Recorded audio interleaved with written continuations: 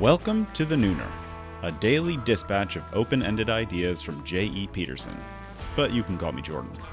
If you like this podcast, I hope you'll click whatever you need to click to make sure it consistently shows up in the crosshairs of your attention.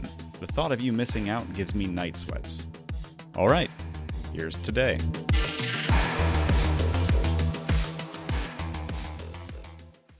The infection that kills relationships. Money matters for everything except for the things that matter most. What matters most?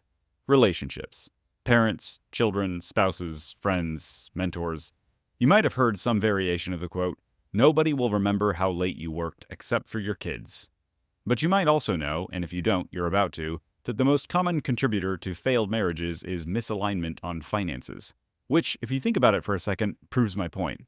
Anytime money starts to really influence a relationship, it's like an infection. If you don't lance it, dig it out, medicate it, whatever it takes to get rid of the infection, it will eventually kill that relationship. Or corrupt it into a nightmarish dynamic of collusive misery. I'm not a money hater.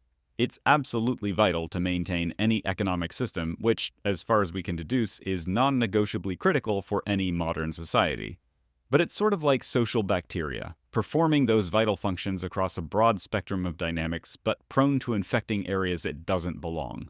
And in a capitalist society, it turns out we're all extremely vulnerable to infection. All of this is to say, if money has crept into the connective tissue that binds together our closest relationships, we've got to do whatever it takes to root it out before it's too late.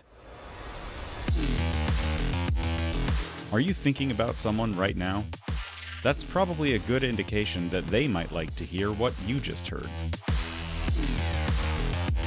I'm not going to ask you to spam your socials, but I am going to ask you to follow your heart. And right now, your heart knows who to share this with. See you at noon tomorrow.